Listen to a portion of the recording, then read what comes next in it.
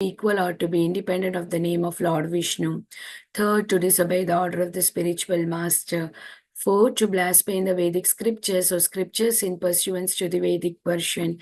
5, to consider the glories of chanting Hare Krishna to be an imagination. 6, to give some interpretation to the holy name of the Lord.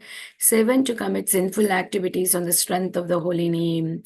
8, to consider the chanting of Hare Krishna as one of the auspicious ritualistic activities which are offered in Vedas as fruitive activity Karma Kanda.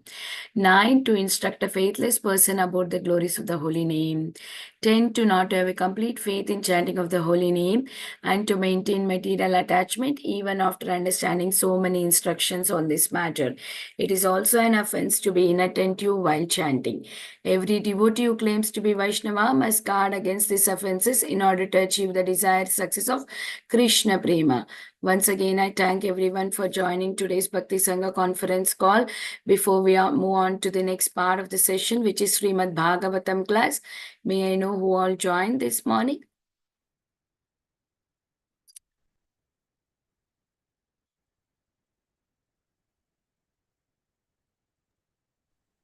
Hare Krishna, Vrindavan Mataji, all glories to Srila Prabhupada and Guru Maharajis. My humble obeisances to you and all the devotees. This is Krishna Kumari Devi Dasi from Rana. Hare Krishna, Krishna Kumari Mataji, please accept my humble obeisances. All glories to Srila Prabhupada. Thank you so much, Mataji, for joining and giving your association. Welcome to the call. Hare Krishna, Vinita Gandharika Mataji, please accept my humble obeisances. All glories to Srila Prabhupada, all glories to Guru and Gauranga, and all glories to all the assembled devotees on the call. This is Harita from Missouri City, Texas, Mataji. Hare Krishna. Hare Krishna, Harita Mataji, please accept my humble obeisances. All glories to Srila Prabhupada. Thank you so much, Mataji, for joining and giving your association. Welcome to the call.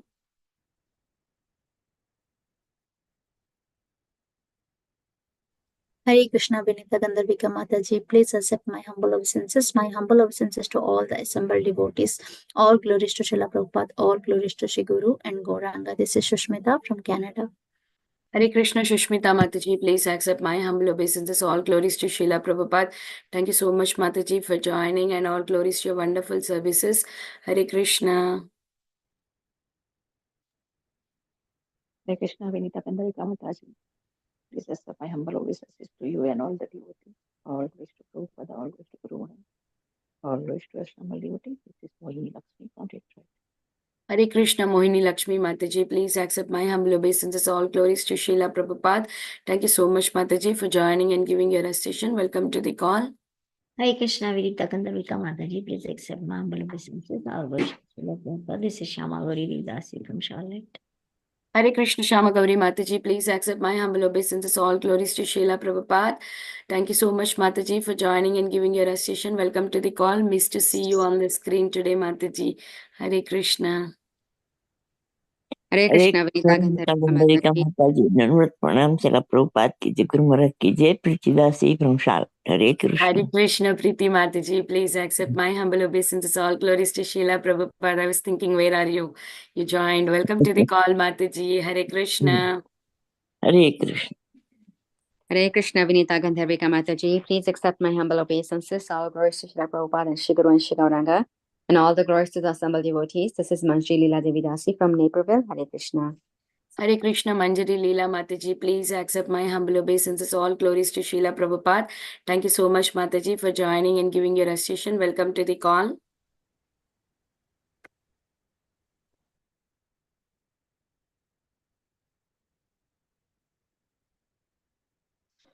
Hare Krishna, everyone. Welcome to Bhakti Sangha conference call. Today we are very fortunate to have Her Grace Jayasri Mataji to enlighten us on the topic of Srimad Bhagavatam, 7th Canto, 12th chapter, 7th verse. Before I hand over the call to Mataji, I would like to read a brief introduction about Mataji. We are very fortunate to have amidst us Her Grace Jayasri Mataji, disciple of Srila Prabhupada. She met him in 1969 in Hawaii when she was barely 20 years old. She received her second initiation from Srila Prabhupada in October 1974.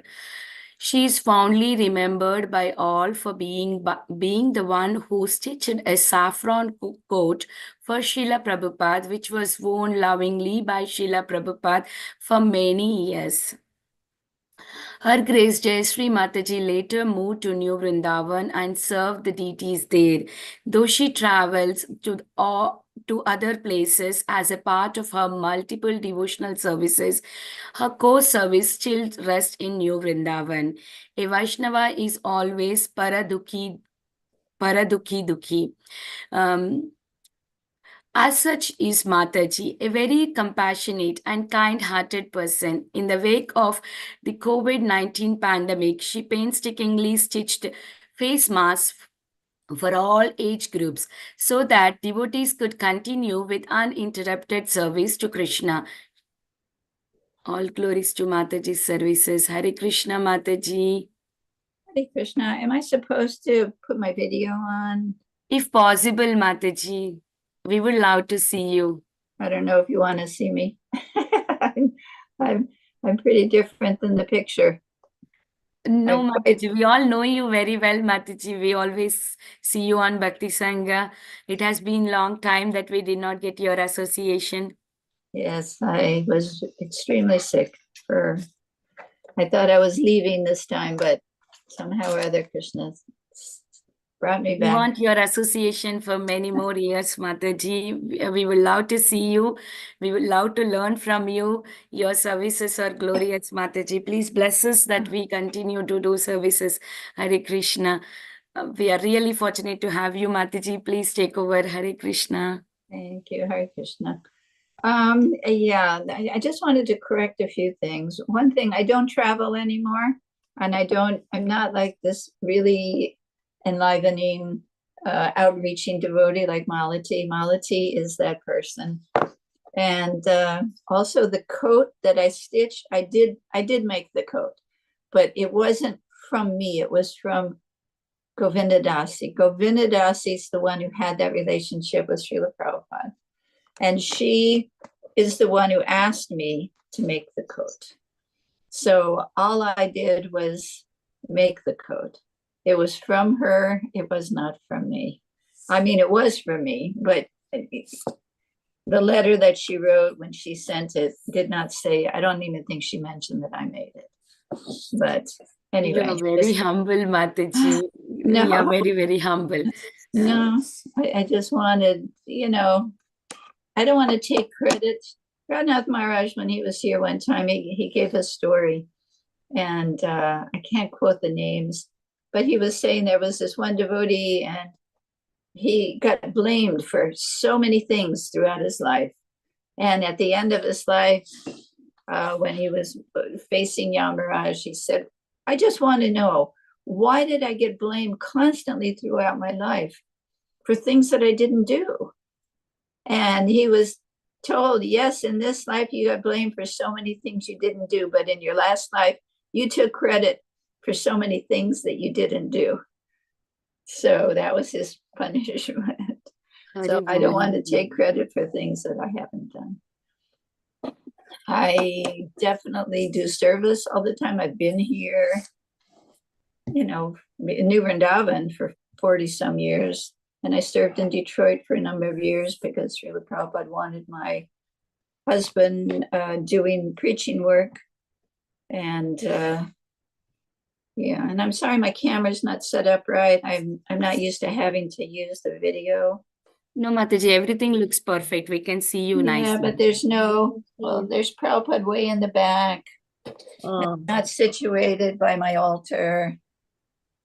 So you just see me and the wall and the ceiling. So sorry about that. All right. Yeah, I'm not so such a prepared person. All right, on we go. And let me change this. You can change Jai Radha Madhav. Yes, I am. I just got my cartels. And I can't see if I'm on the call still. And it happened once before that I lost the connection and didn't even know it. Someone had to call me. So Shamagori, I think, has my phone number. Yes, Mataji. Jaya Radha Madhava Vihari.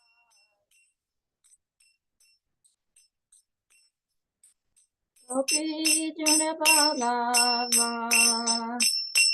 Giridharadhari Yasodanandana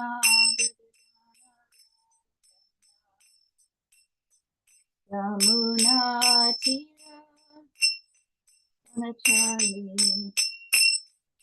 Radha Madhava Vihari. Hare Krishna, Hare Krishna, Krishna, Hare Hare, Hare Rama, Hare Rama, Rama Rama, Hare Hare, Hare Krishna, Hare Krishna, Krishna Krishna, Hare Hare, Hare Rama, Hare Rama, Rama Rama, Hare Hare. Nitai Gaur Hari Bol, Hari Bol, Hari Bol, Nitai Gaur Hari Bol, Hari Bol, Hari Bol, Nitai Gaur. Jaya Prabhupada, Prabhupada, Jaya Prabhupada, Jaya Prabhupada, Prabhupada.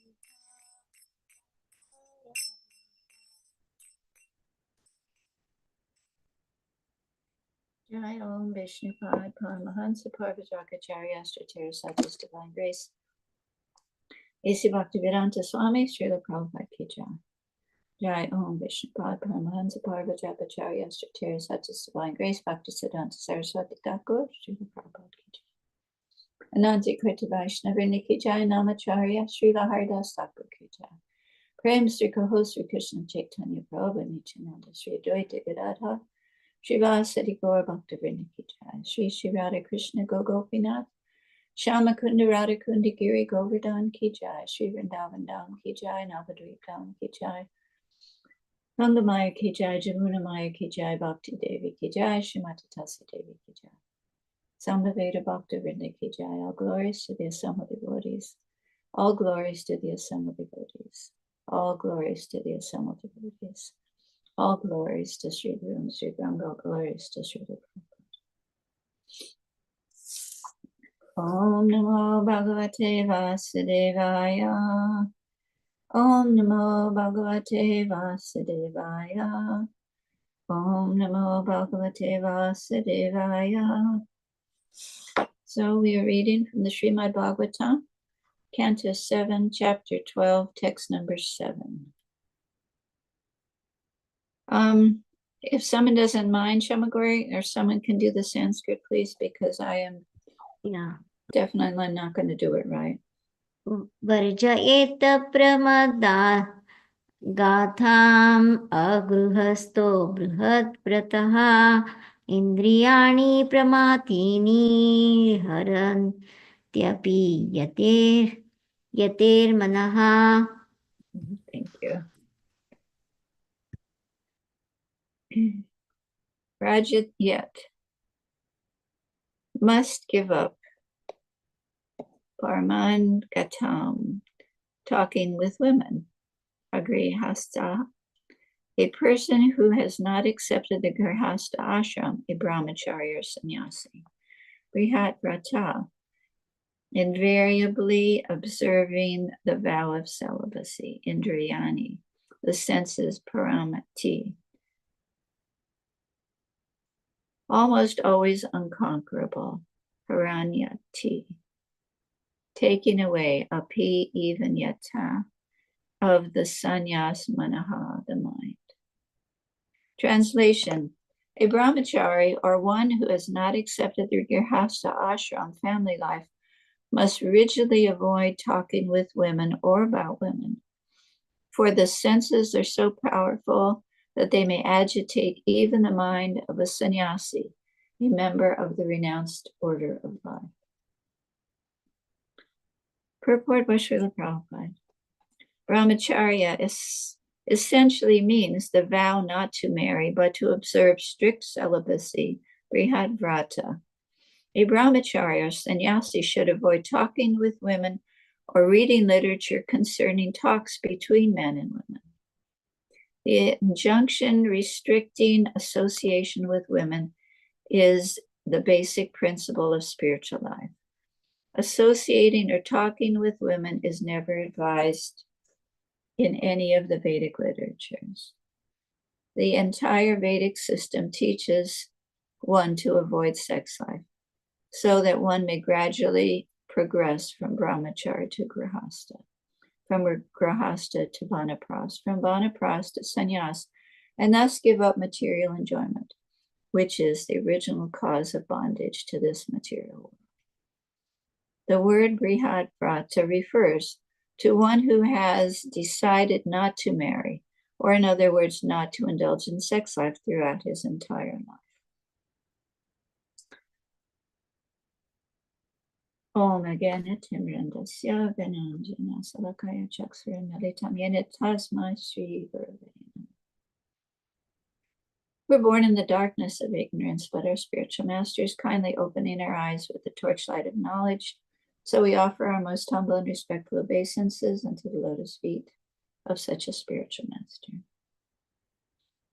So in the summary of the chapter, Prabhupada writes, the brahmachari should live under the care of the spiritual master, giving him sincere respect and obeisances, acting as his menial servant and always carrying out his order. The brahmachari should engage himself in spiritual activities and study the Vedic literatures under the directions of the spiritual master. According to the brahmachari system, he should dress with a belt, a deerskin, and matted hair, and should bear a danda, water pot, and sacred thread. He should collect alms daily in the morning, and in the evening, whatever alms he has collected, he should offer to the spiritual master. A brahmachari should accept prasad upon the order of the spiritual master, and if the spiritual master sometimes forgets to order the disciple to eat, the disciple should not take prasad on his own initiative. Rather, he should fast. The brahmachari should be trained to be satisfied with eating what is absolutely necessary. He should be very expert in executing responsibilities. He should be faithful, and he should control his senses and try to avoid the association of women as far as possible. A brahmachari should very strictly abstain from living with women and should not meet with grihastras and those addicted to women, nor should a brahmachari speak in a lonely place with a woman. So,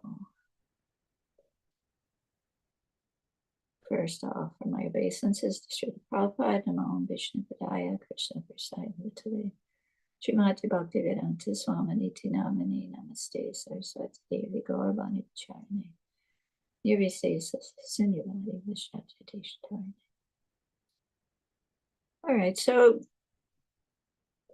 sometimes it's a little, I don't want to say confusing, but it depends on your brain, I guess, how confusing the Bhagavatam can be. So here, the angle of vision is speaking to a man, right? To avoid the association of women, a brahmachari shouldn't speak with women, shouldn't associate, shouldn't see women, hear about them, so on and so forth.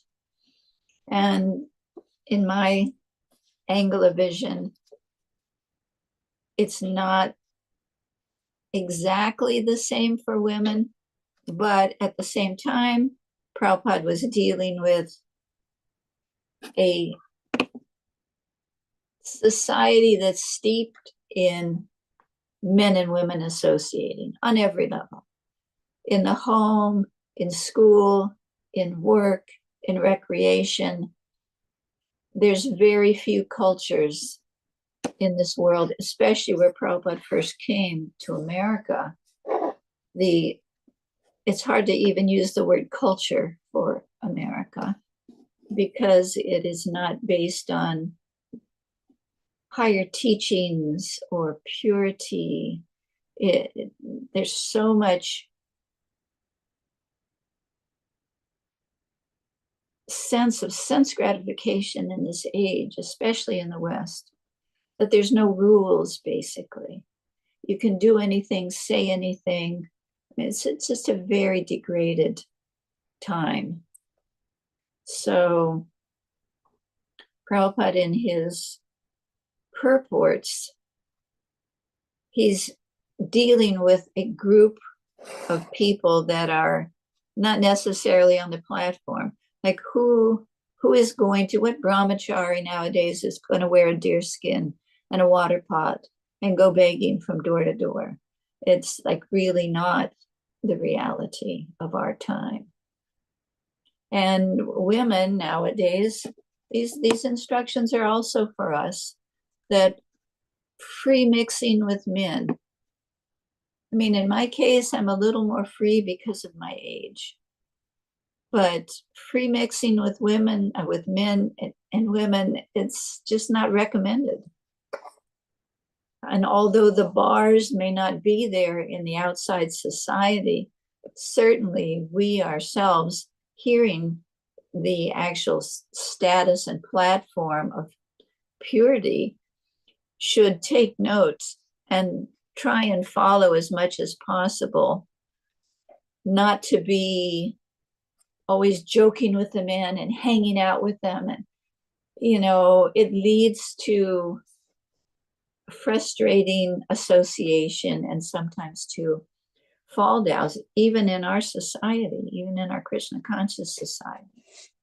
We've seen several cases of people leaving their spouse for another person within our society. And some of it's due to the fact of that intermingling. Someone finds someone else more attractive than their own wife, or finds someone else more fun to be with than their own wife.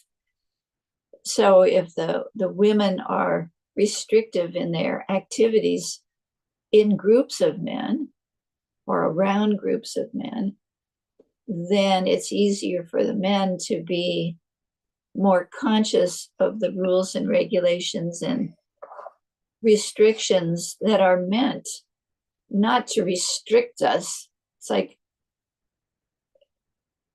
in the Christian realm, sometimes some of the teachers make it look like God is this like order giver. It's like, you're going to get damned, you're going to go to hell forever, you're going to get hit with a thunderbolt if you don't follow these rules, you're going to hell.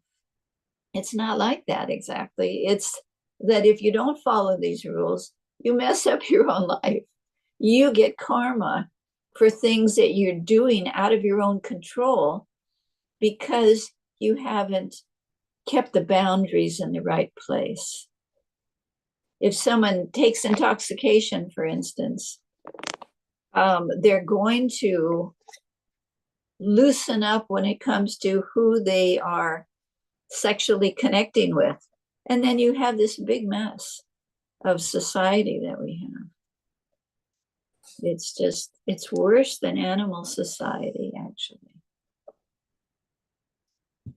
So I thought it was really amazing when I was thinking about this, especially when I was hearing that a brahmachari is supposed to wear a skin of an animal and a belt and a water pot and a staff. Like that's in the Bhagavatam. But if we simply read the Bhagavatam on our own, without Prabhupada's purports, we would be just totally baffled. And we would do what we do when we're totally baffled. We would close the book, put it on the shelf, Haribol, and that would be it, right? Who's going to study the Bhagavatam if you think you have to wear a skin of an animal and have matted hair if you want to be a student? Who's going to, no one. So Prabhupada was so brilliant. He transplanted this whole spiritual movement with such grace into such a materialistic world, a world where people were in many places, in many situations, not following anything except their materialistic desire and appetite. He started really slowly. He carefully molded the youth that came his way. And these people were not coming from the background of a higher family where they had deity worship in their home. He was at the dregs of society. People that were doing anything, saying anything, eating anything, associating with anyone in any circumstance. Some of the devotees that became spiritual leaders in our movement were naked in a farm, where people could go naked if they wanted. It's like, it's amazing. Prabhupada was just like so careful, and he transplanted this higher culture of Krishna consciousness and basically spoon-fed all of these young misled people and just groomed them to the Vedic standard. Who could have done that? First of all, these young people would not listen to any older people. The young people that Prabhupada was talking to were rebelling against the whole society. They were growing their hair long. They were living out of the 9-to-5 job that their parents had given them, the American society. And a lot of it was because the war of Vietnam. The war in Vietnam had no meaning, no reason, and yet thousands and thousands and thousands of young people were being sent to war and getting killed in a useless battle that was not to be won. The situation in Vietnam and the jungles was just, there's no way. These people were used to that terrain and the Americans weren't. Anyway, so they were rebelling. And for someone of Prabhupada's age to step into that scene and tell these young people what to do, he was extremely intuitive and just the perfect fit. He gave the instructions in a very strong way, but not at the same time. He wasn't like a teacher with a stick that's going to hit your hands every time you do the wrong thing. He waited for people to come, want to be uplifted, want to connect with Krishna consciousness, and then he molded them very carefully until they got to the point where he could correct them.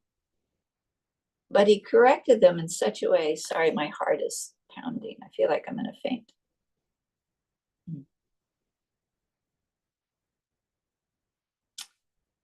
Oh, boy.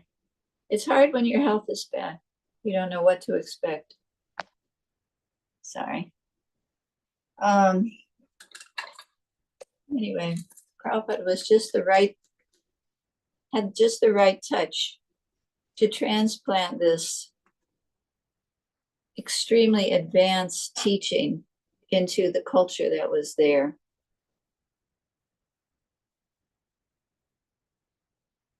And it's quite amazing to me that Prabhupada was coming not only from an aristocratic culture, but he was coming from Vrindavan.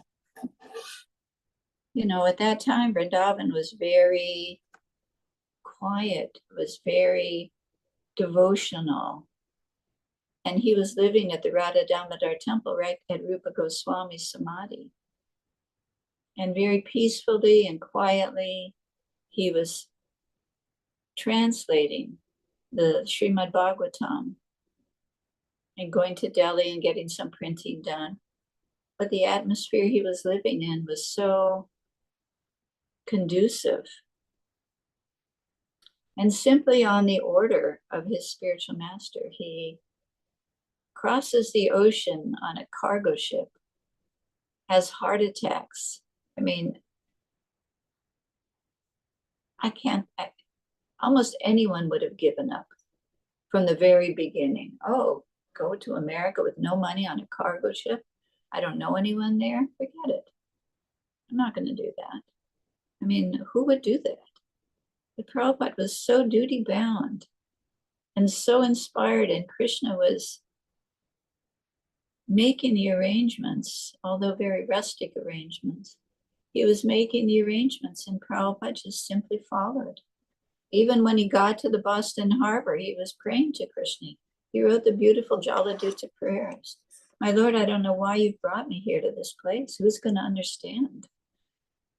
These teachings, they're so elevated.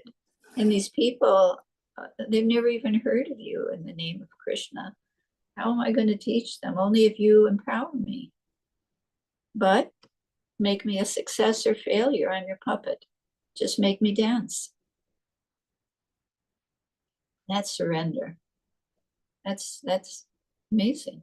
And where did he go? He didn't go to Hawaii by the beach and have a peaceful spot. He went to New York City.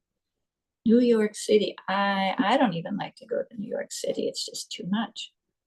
But he went to New York from Vrindavan with his little rubber shoes, walking the street in the snow with not the proper clothes, and tried preaching. But he didn't give up. He didn't give up. He just kept going, even though the situation seemed impossible. So he got a little foothold. Some of these young people came forward, and he incorporated ISKCON. One little storefront, like the size of the lobby of New Vrindavan, a handful of unshaven bohemian hippies, and he incorporates the International Society for Krishna Consciousness. What bravery. Prabhupada was so brave. So these young people, he's molding them, and with that, he establishes something that's still to this day, how many years later, 55 years later, is not only still going on, but growing. So this brahmachari life that's spoken about with the skin of the animal and everything, Prabhupada made that modern enough that the people of the age, time, place, and circumstance, Prabhupada was so expert. He was so expert at transplanting this ancient teaching into a modern time. So what did he do? He started a brahmachari ashram, but now with the skin of an animal and matted here, because it said in the Bhagavatam, he established it for the day and age. So now we see hundreds, if not thousands, I'm sure, of brahmacharis. They're getting this teaching. Don't mix unnecessarily with women. Don't think about women. So they're endeavoring, although the whole society around them is putting women in their face, naked women, half-naked women, voices of women. You know, it's this like a bombardment. And same thing for the women. Everywhere there's a handsome man, a picture, men are dressing in such a way, approaching women in such a way. It's like, but Prabhupada just kept going and established a brahmachari ashram, and kindly, although it's not really Vedic in the past history, he established a brahmacharini ashram, of which I was one of them. I lived as a brahmacharini for 5 years. And it was great because it takes you away from the norm of society, which, what is the word? Lives off of that sexual association of men and women. It's just in your face all the time. And that's what people are used to. So it separates you. Prabhupada separated the men and the women from that association and gave them, and was criticized by some of his godbrothers, but gave them a place where they could have shelter from that and a role model. A brahmachari wore saffron dhoti with pleats and a kurta or t-shirt, Krishna conscious t-shirt, shaved his head. And the women in those days, we wore saffron saris. That was the style. Anyone who was a brahmacharini wore a saffron sari for years.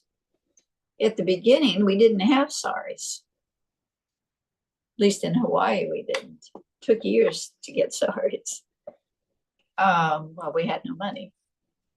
So saffron saris, you go to the fabric store and you would get 6 yards of saffron cloth, cotton polyester, although it was heavy. You would wear that as a sari. But in doing that, you were spending time at the temple. You were at Mangalarti every day. You were listening to a class where whoever, as much as they knew, would teach what they knew. Of course, in the beginning, there weren't books so much, hardly. And we chanted and we'd go on Harinam. We'd go out on the streets, and actually every day we went on Harinam all day on the streets of Waikiki. But that kept us out of the crazy society of drugs, illicit sex life, meat eating. And we had fun. It was just so much fun. It was a new, pure lifestyle with a higher goal. You were empowered by Srila Prabhupada, and Krishna was manifest. So you had this whole other world. You were living in this little bubble of Krishna consciousness. And that's what built the foundation of our present Hare Krishna movement. Brilliant. Prabhupada was brilliant. And then he started giving sannyas also. Of course, I'm sure he knew that a lot of people wouldn't be able to follow the lifelong situation. And most of the brahmacharis did get married. But just having that gap of time, 2, 3, 5, 10 years, where you're just concentrating on Krishna consciousness, is such an empowering situation, because you learn there's a whole other way of thinking, a cultured way of thinking. And now when we go out into the society, at least for me, the association with the common people is just so nice. I'm a dress person. I don't wear a sari into town. I wear dresses. I have all these long dresses. I'm a dress person. But I have such friendly and warm exchanges with so many people, everybody. Everybody becomes like your friend. Your vision changes. You're seeing other living entities as I mean, subtly seen as part and parcel of Krishna. They're just like me. They're struggling for existence. Well, let me, someone says, oh, and it happens all the time. At least 2 or 3 times every time I go out. Oh, you look so beautiful. Your dress is so nice. Oh, so I got it at the Palace gift shop. Why don't you come up sometime? And we're getting so many Westerners now. It's just so nice. Because for years, because of bad publicity, we didn't have Westerners coming. But when COVID hit, they started coming locally because we were close and it was something to do. But now we have people coming all the time from the local areas, and it's so nice. Okay, let's see what I wrote here.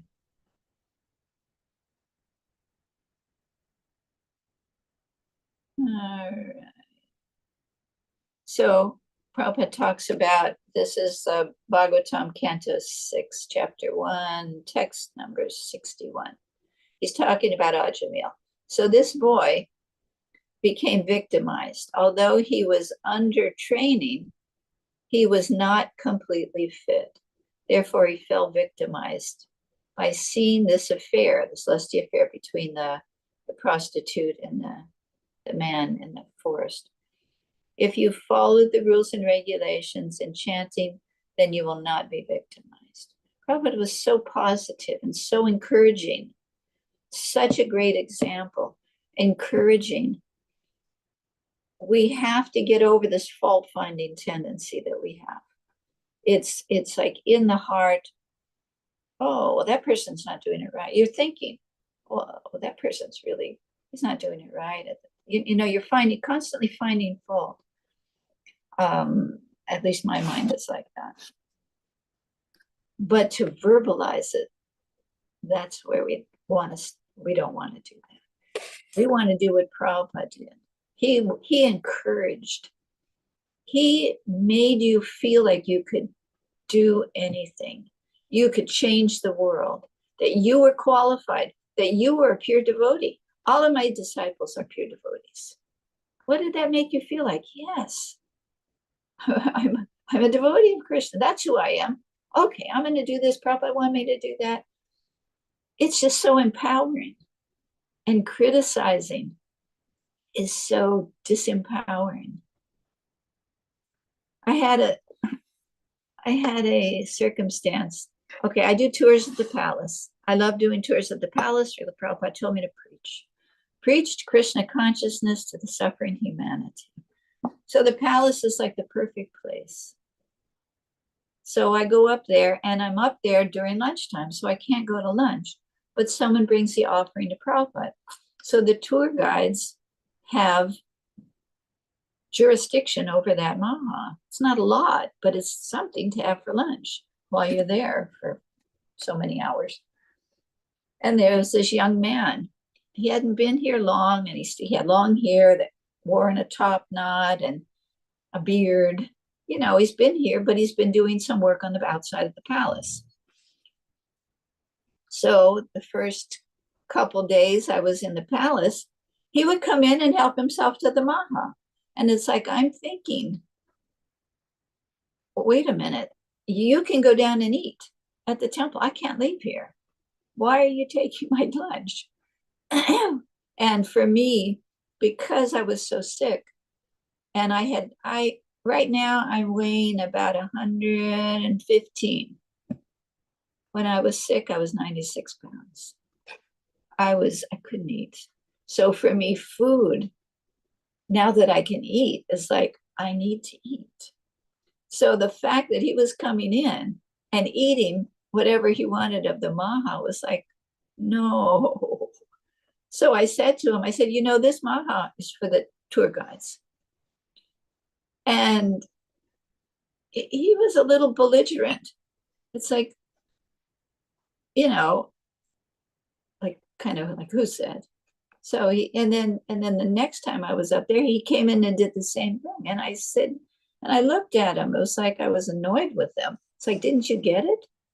I was telling you, please don't come in and eat. And it was like Krishna. he chastised me. Like, that's not a good attitude to have. It's like, you know, that kind of attitude makes me want to leave here. And I started thinking about it, and I thought, oh my God, he's right. He's right. I've been a devotee for so many years, and I'm upset because he's coming and taking samaha. And I thought, what kind of example, or what kind of where am I situated that I would say it like that to him? And I started thinking, well, I mean, I could have gone to the authorities. I could have made him stop. But then I started thinking, well, how fortunate he is that he's working at the palace.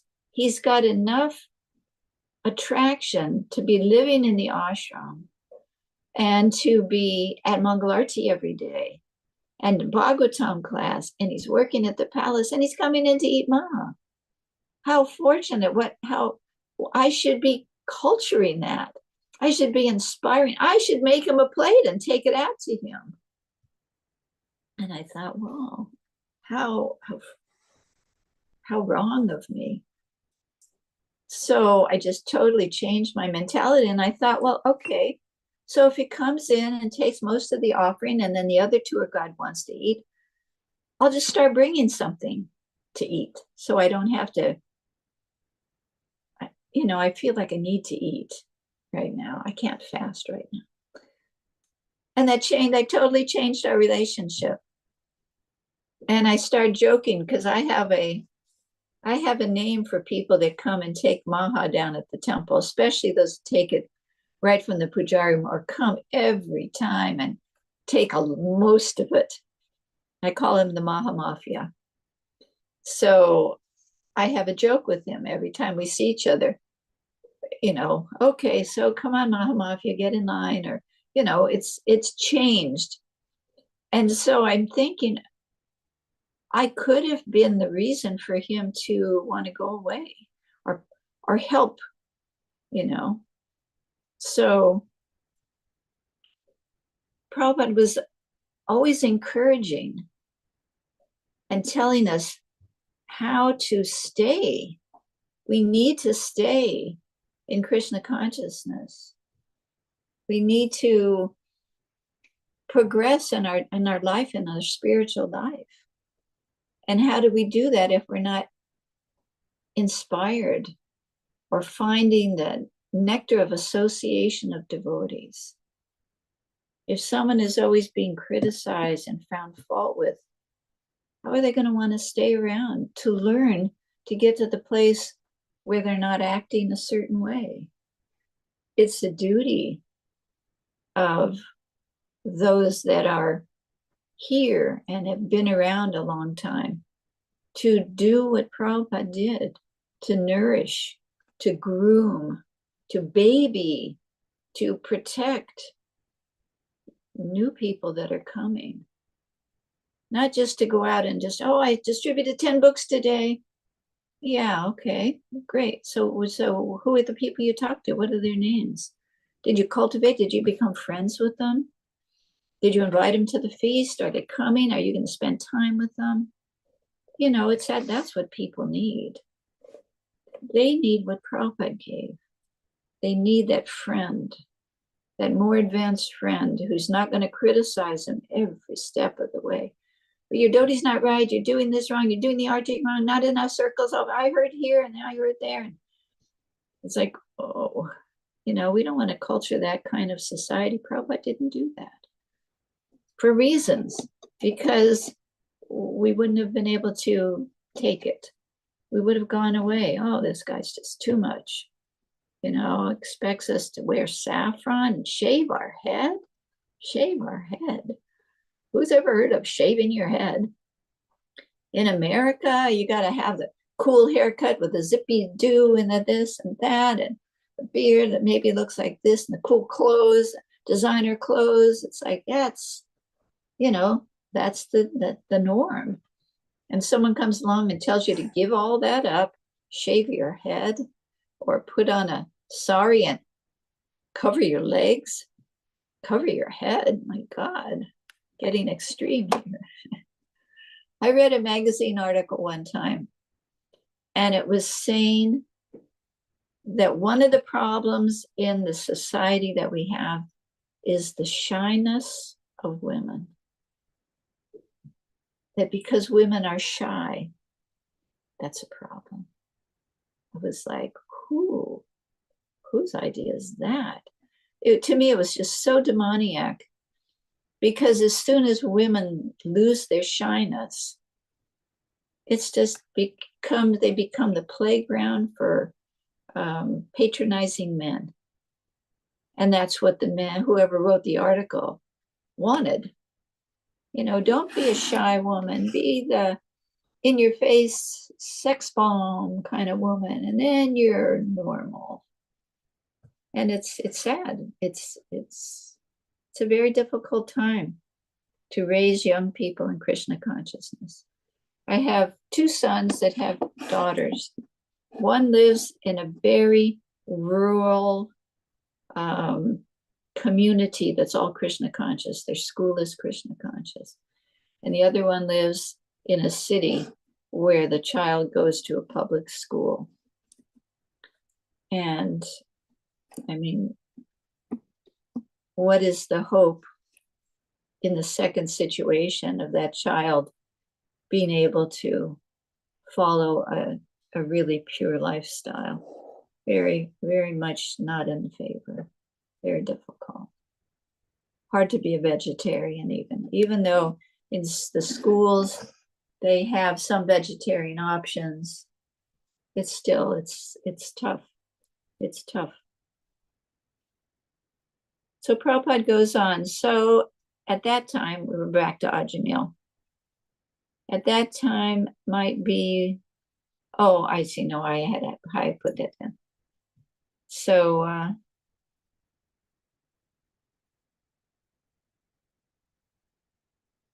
our brahmacharis, I mean, how honorable and how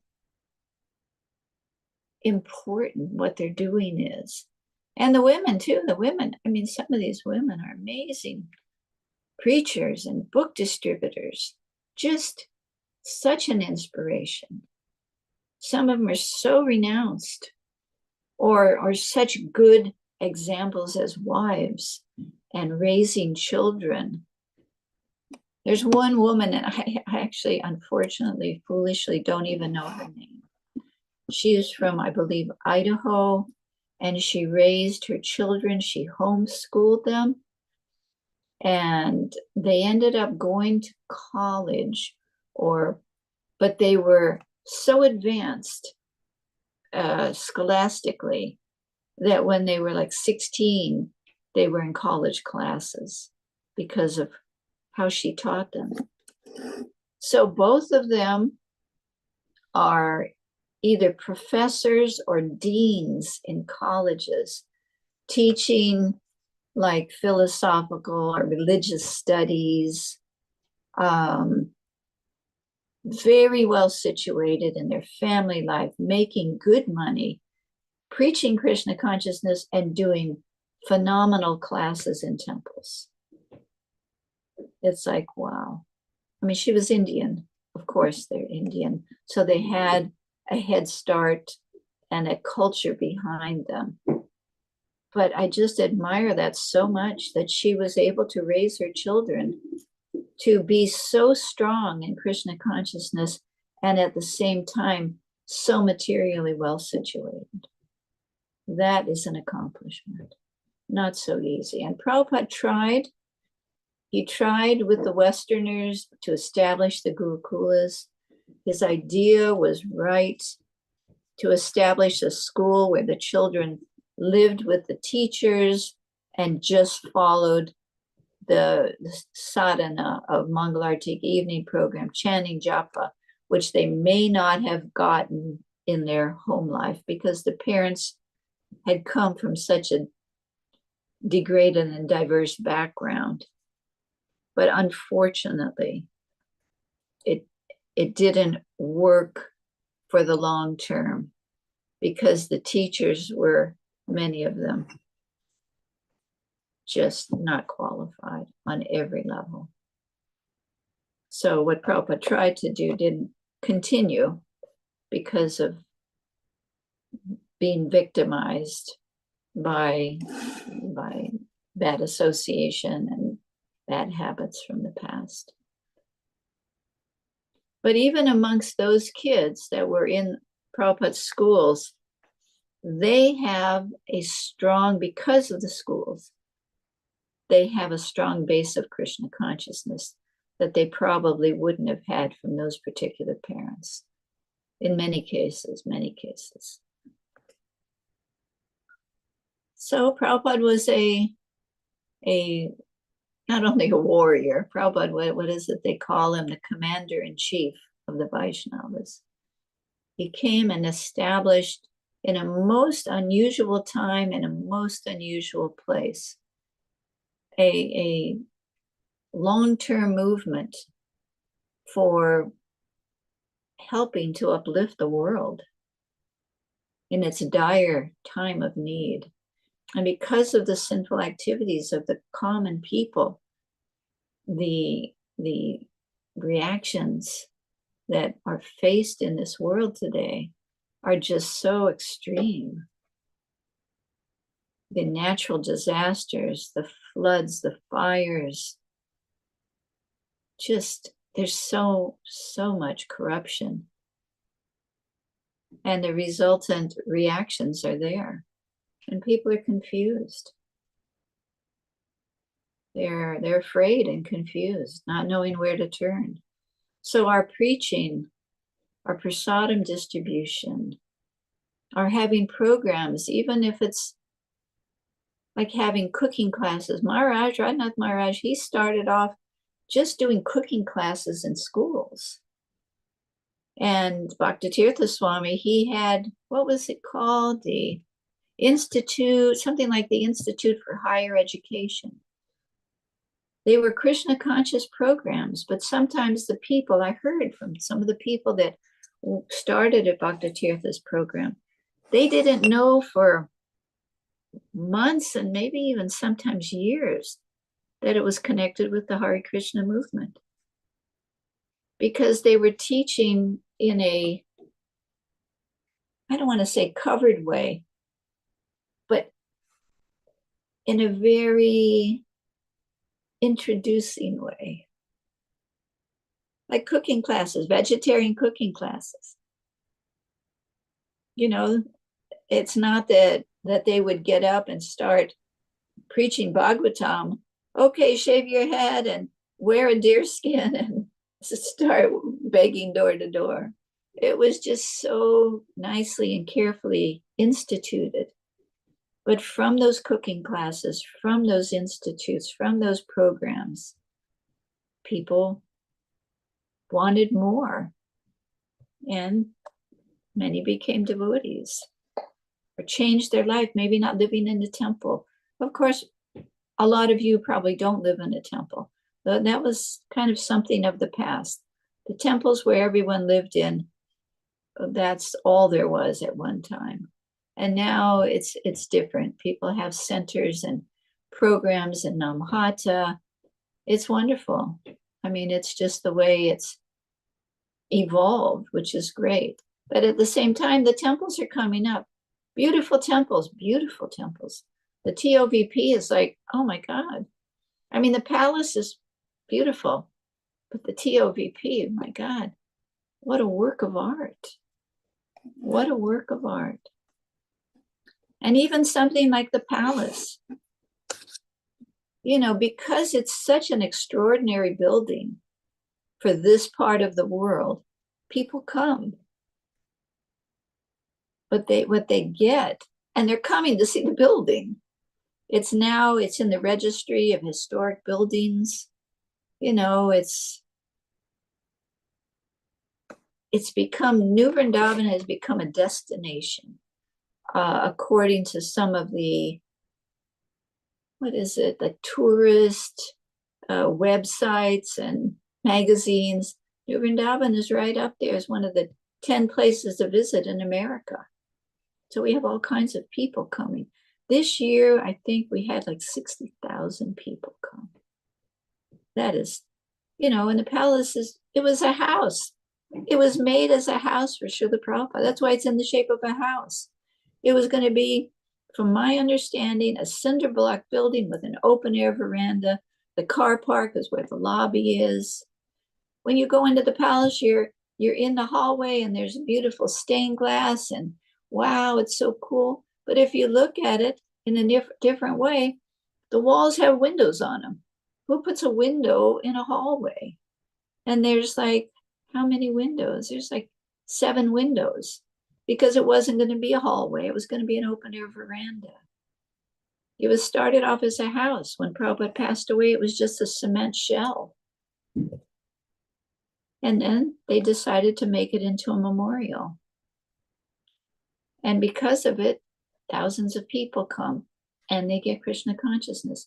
I try and gear my tours to the people. If they're Indian, I give them a different tour because they already know something about Krishna. They know something about Bhagavad Gita. But the Westerners, they don't even know they're coming to a spiritual place, basically. A lot of them don't know. They're coming to see the palace because it's a tourist attraction. So I try and make it, and my understanding of how Prabhupada did it, and Bhakti Siddhanta Maharaj, was just give them a good experience. So I try and gear my tour towards the audience, and it seems to work. People become really happy to come and see the cool place with the windows and how it was done by the young people, and our food is so cool, and we're the top vegetarian food distribution in the world. We feed like 1.5 million students every day. It's, anything can be, if Prabhupada, of course it was Prabhupada, but he kind of gave the example. You can do, no matter what situation you're in, you can find a way to preach Krishna consciousness or give someone Krishna consciousness through some prasadam or whatever. When I'm in LA with my son in the winter, I was taking a lot of Ubers. And I would just start saying, oh, wow, have you ever been to the Hare Krishna temple, to the museum? They have a Bhagavad Gita museum, or to the restaurant, or to the gift shop. I just start a conversation. And many of them were like, wow, yeah, that sounds so cool. Yeah, I've been wanting to be a vegetarian. And, it's like just being that friendly person, or bringing cookies with you, or, a little brochure or a book or something. It can change someone's life. We know we're suffering, right? How can we not know we're suffering? We're suffering because of our mind, because of our body, because of other living entities, because of material nature. But a lot of people are suffering, but they don't know why, they don't know how, they don't know if there's a way to get out of it, they don't know there's a way to understand it. We have a gift, and sharing that gift is our good fortune. Like Indraduna Swami always says, that sharing our good fortune with others. And look what he did. He was just a brahmachari. He was married, and then he was a brahmachari. And he was just so attracted. The first time he went out on Harinam, oh, I could just do this my whole life. And that's exactly what he ended up doing. But look at what he's done. I mean, we don't know how much we can do until we try, till we get that inspiration and try. And even if we're like Jayasri Mataji, who just, during the summer, because I was so sick, I wasn't doing a lot of things, really not doing a lot of things. So I wanted to be outside, so I was working in the gardens. planting flowers, picking flowers, making vases. Nothing extraordinary. And I took on watering all the plants around the temple because New Vrindavan is a destination. People want to be in a beautiful place. We plant flowers all over. It was a drought and they needed someone to water. So, okay, I'll water the plants. So one day I was in front of the temple and I was watering the plants. And Patri, you know Patri? He's from, he preaches in Nepal. He's like Russian or something, and he preaches in Nepal and he speaks Nepali. He is such a cool devotee, such an enlivened, wonderful preacher, very well respected and so enlivening. So there I am out in front. When he saw me, he offered his obeisance. We offered obeisances. And he came over and he said, so, how are you? I said, I'm good. I'm just, getting better. And I don't know how we got into the conversation, but I said, well, I'm just watering the flowers. He said, what do you mean? You're just watering the flowers. You are watering the future devotees. These living entities are in the dome. They're going to be. And I thought, what a great way to look at it. Association with devotees is so important. It's so wonderful because we may not be advanced, but there's so many other devotees that are, that we're fortunate to have that association. All right, I think my time is up. 8:20. I don't know if you're all there still. I hope so. Definitely, Mataji. Thank you so much. Wow. It is so wonderful to always have you on the call. We are very grateful, Mataji. Do you have any time for questions? Oh, yes, of course. Okay. Sri Ishopanishad Mataji, please go ahead. Jai Hare Krishna. Oh, Hare Krishna. I heard the name and I thought, I wonder if it's Sri Ishopanishad, the one I know. It's so pleasant to. I just got on maybe about 10 minutes and I said, I didn't even know you were going to be on. So please accept my humble obeisances. You are just so wonderful. You're delicious. Krishna. I just wanted to share that with you. And thank you for sharing about so many wonderful children of devotees that have become successful. And you gave some great examples, but I just wanted to mention Her Grace Krishna Nandini. Her children we have 2 devotees and they have 3 doctors in her family, so. Yes. And yes. And His Holiness Bhakti Tirtha Swami, he had the Institute. Well, they still have the Institute for Applied Spiritual Technology. That's what it is. Couldn't remember. And they started in the Howard universities. They would have programs on leadership, and they were very successful. And they would wear plain clothes, suits and ties and dresses, and that would attract so many people. And so he was able to share Krishna consciousness like that with the world, with so many of the students. So thank you for mentioning that, and thank you for showing your wonderful self on this format. And I never knew you were on before. I had no idea you've been on before. Yeah, I used to, but then when I got sick, I stopped. Okay. Well, it's so wonderful to see you. Thank you so very much for sharing the mercy. Hari Hari Bol. Hare Krishna. Thank you for coming. Hare Krishna. Nice to see you. Thank you so much, Sri Ishopanishad Mataji. We also have a very sweet comment from Her Grace Tiffany Mataji. Oh, Tiffany. I remember Tiffany. Yes. She says, Hare Krishna, Jayasri Prabhu, thank you very much for your wonderful class. It's so nice to be in your class again. It's been a while since you have led Bhagavatam for us. I'm very grateful for your association, but she had to leave for work, so that's why she had put in a message. Oh, that's Hare Krishna, Sukhakar Krishna Prabhu, please go ahead. Thank you, Mataji, for giving me a chance. Please accept my Lakshmi and lotus feet. Jayasri Mataji, so nice to see you. You are with Prabhupada and all. You are so great. Seek your blessings so that we can do the Krishna consciousness in a nicer way. Mataji, one question you were telling about this Mataji separately and Prabhu separately, Brahmachari and Brahmacharini. So those who are in the Krishna consciousness also, there are people who slip down. They are following everything, but they slip out. So how to become a pakka devotee with no sort of inclinations about sex, desire and all, and be a brahmachari or brahmacharini even after becoming a married person?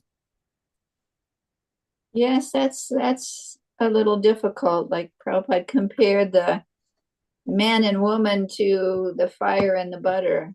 It's a little more difficult when you're in close proximity. Easier when you're living in an ashram with a bunch of brahmacharis. Prabhupada set a very high standard. And I don't believe most people have been able to follow everything perfectly. And I'm sure he knew that it wasn't going to happen, that everyone was all of a sudden going to be a brahmachari in their married life. But just to know what to go after, if you don't have that goal, you're going to fall to the lower denominator. At least if you have a vision of the best and the most desirable activities or non-activities, then at least you have something to work towards, right? And if you give up that, if you didn't have that, then anything is okay. If Prabhupada didn't set the standard to be like that.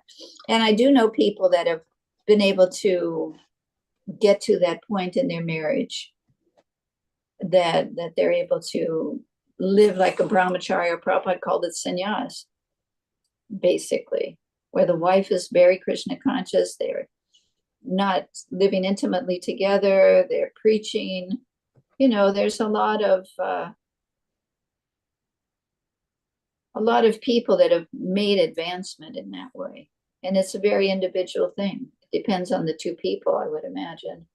It takes two to tango. One is one way and one is the other. It can cause a problem in the household. I mean, Prabhupada himself said that he was always praying to Krishna to protect him from falling down. I mean, there's only so much we can do. We can follow everything we're supposed to as much as possible. Chanting our rounds for sure is like vital. Hearing, associating with devotees, and just doing the best we can. Now, we can't beat ourselves up because we can't come to a certain standard that we want to come to, or we hear we're supposed to come to. But to pick ourselves up and go on. I mean, Prabhupada uses the word victimized because it's very easy to be victimized. First of all, from our past, we have in our mind the life that we led before we were devotees. And for some people, that's a very low degraded life, you know, very sensual life. So to think we're all of a sudden going to jump to that perfect spot and be a perfect, pure devotee with no sex desire or desire for sense gratification, that's probably not going to happen. And the prayers of Bhaktivinoda Thakur, he says it over and over again. He compares himself to a fallen, mundane person. You know, I'm happy when I see others suffering. I'm, you know, have so many evil desires. And I mean, he puts it in poetry so beautifully, but, you know, he's acting on behalf of the common man because he knows that we are very polluted and the time is very polluted. So I think we have to be kind to ourselves, kind to our association, our spouse, our family, and be encouraging that we can make as much advancement as we can make in this life. You know, we can't put the bar too high for ourselves, but at the same time, we should know what the highest bar is. So we can, it's just like a pole vaulter or someone who does that jumping. You know, you set the bar here. Oh, okay, I made it. Okay, I'll set a little higher. Oh, I can't do it. I can't do it. Okay, I made it. You know, it's like we're trying to purify ourselves and advance. I guess that's why it's called advancement, because we are getting deeper and higher and more loving and compassionate. We're developing these qualities. It's a gradual process, but we're going forward. The only way we don't go forward is if we quit. One time I had a conversation with Radhanath Maharaj about faith. And he said, when people lose faith, there's only two things that they can do. They either quit because it's too much, or they become stronger and find a way out of that fog. And he compared it to like Mother Teresa said, the dark night of the soul. So there's my answer. Thank you very much, Mataji. Thank you so much. Seek your blessings. I wish I had blessings. If I have blessings, I'm happy to give them. I don't know if I have that capacity, though. Your Prabhupada's daughter. Well, I have blessings. That's for sure. I definitely have Prabhupada's blessing. Please share something. You are our auntie. Jayapataka Maharaj is my father, so you are his sister. He's my brother, a big brother. He's amazing. I can't see how anybody can keep going like he does. So focused, so determined. So Prabhupada would be so proud of him. He's such an amazing soul. Still traveling. I mean, he's something else. Just amazing to me. I'm so fortunate to have so many great God brothers and God sisters. Uh-oh. And my battery's going to go. Sorry, I've got to relocate. Let me plug in here. I'm in my kitchen. Yeah. Standing up. A good place to do my exercises. During Bhagavatam class, I don't stay at the temple. I come home and I do my yoga listening to Bhagavatam class. That may not be bona fide, but it's to keep my life going. You're an amazing pure devotee, Mataji. No, not even close, but thank you. I'm an endeavoring soul.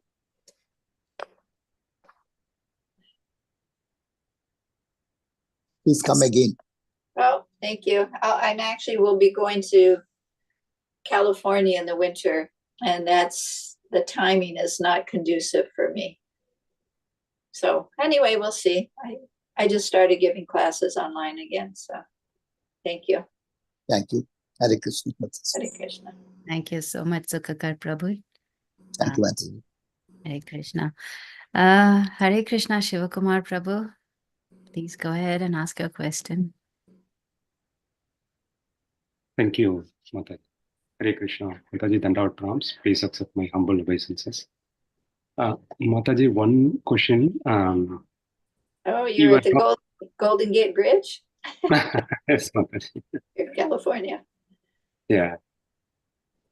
Sorry. So, Mataji, you are talking about the austerity of staying at a distance with the opposite gender. And when you were sharing one of your experience, you were talking about changing the perspective. I didn't quite follow, Mataji. I'm sorry. Can you just repeat it? I don't know. I mean, changing the perspective of some devotee who was coming to have prasadam or something, you said you are not supposed to be joking with the opposite gender or something. And then when you were sharing your experience, you said you actually kind of had a different perspective of that. And you were sharing your experience of joking with someone who was trying to come and have some prasadam or something. Sorry. Okay. Doesn't ring a bell. I mean, my point was that, Prabhupada's talking about the associating with the different genders and the history of people that Prabhupada was preaching to in the beginning was such as the American society is, and maybe not every country has that loose society, but there's certainly a lot of it all over the world.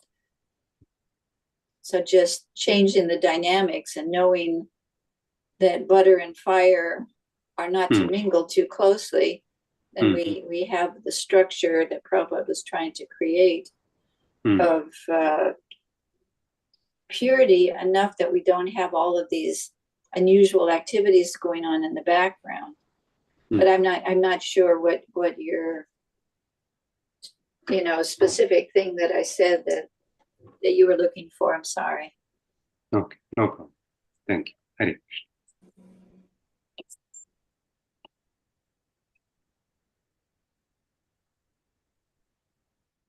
Krishna, I don't see any other questions, but everyone has put in such wonderful comments.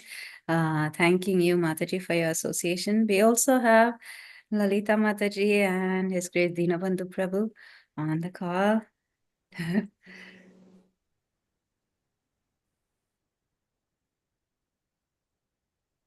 Krishna, dear Mataji, Hare Krishna.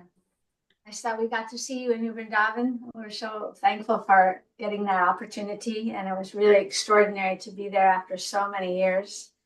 And we miss getting more of your association, but thank you for your kindness. Thank you very much for spreading Krishna consciousness for your whole life. Thank you, dear. Yes, thank you. No, thank you. What would life be without the association of devotees? Really. That's why I stay in New Vrindavan. It's such a shelter. So many devotees, so much service. It's just wonderful, Prabhupada was so kind. We got to see you when we were in the tea room the second the conch shell blew. We were in the temple room. It was like going back in time, being a brahmacharya. It was an extraordinary experience for me. Yeah. Yes. Fortunately, New Vrindavan is basically, did you live in the temple, in this particular temple? No, I only visited it 4 times. Oh, you never lived in New Vrindavan? No. Oh, okay, no, I thought you had lived here. Yeah, New Vrindavan. We actually took a tour of New Vrindavan. We had a joint board meeting this weekend, and we did a tour of New Vrindavan. We went down to the high tunnels. New Vrindavan has money right now. We have gas money. We have fundraising, our fundraisers. So New Vrindavan has a history of going from poor to rich to poor to rich. So right now we're on the rich end of things. So behind the temple and in between the kitchen and the temple, they had built 2 separate buildings. So if the kitchen caught on fire, the temple wouldn't catch on fire. So there was all this empty space. So we've upgraded the security systems, the fire systems, and we've used that empty space, which was a pretty good area, to build rooms. So we have 3 stories happening there. So we took a tour of that, and we went down. We have now 3 high tunnels down at the old barn. And the high tunnels are as big as the temple room. And we grow a lot of organic food. And we just put up a new high tunnel. And then we went up to Old Vrindavan. I wish I could share. I don't know how to share. I don't know how to share the photographs on my computer. But Old Vrindavan was to the point. And that's where Prabhupada stayed. That was the original farmhouse. When they first bought the land, well, they didn't buy it. It was leased for 99 years. Now we own it. That farmhouse was already like 100 years old. And it was all hand chiseled, like beams are all hand chisels, huge beams. and they had like no heat, and that's where Radhanath Maharaj lived for those 11 years. And so the building was falling apart, and we just renovated it, and it looks spectacular, just beautiful. And they left all the original beams that were solid, and you can see them, and the original rock, but they reinforced everything in an incredible way and they left as much of the original building. And then I found pictures of Srila Prabhupada upstairs in the loft when he was living there. He had a trunk. So they're going to set the upstairs loft up with a murti of Srila Prabhupada and a trunk. And so the next time anyone comes, they can go up to Old Vrindavan. We have something called the driving tour. You get the booklet and you can drive to all these places. It's very cool. Anyway, New Vrindavan is expanding and growing, and every place can do that, even if it's on a different, simpler level, you know. We just have to be industrious. Yeah. Oh, it's very wonderful. It was very wonderful to see you. Thank you. Hare Krishna. Thank you. Thank you so much, Mataji, for your time and for sharing so many pastimes of New Vrindavan Dham also. And your humility is something that we all have to really learn from. We don't have any other questions. So Mataji, Hare Krishna, Her Grace Sri Ishopanishad Mataji has raised her hand. Jai, Hare Krishna. Hare One Krishna. more thing, Mataji. Jayasri, it would be wonderful, maybe some other time, if you would share how you met Srila Prabhupada. I Yes, still nice remember, you know, it's just sweet, sweet like anything. It's a sweet story. It's just so wonderful. So you have to share that. Every time you speak, you should share that. It's just so wonderful. Can you tell now, Mataji? It's a long story. It's a long story, yes.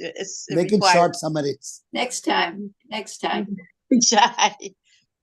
Haribol, Mataji. Thank you. Haribol, Hare Krishna. Thank you for having me. I hope I was okay. Hare Krishna, glory to Prabhupada, glory to the assembled devotees.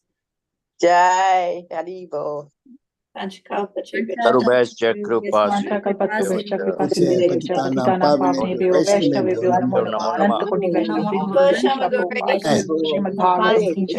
Jai. Radhe Radhe. Thank you, Mataji. Hare Krishna. Thank you, Mataji. Hare Krishna. Radhe Radhe. Gauranga. Radhe Jai Shri Radhe. Radhe Shyam. सबको मेरे Hare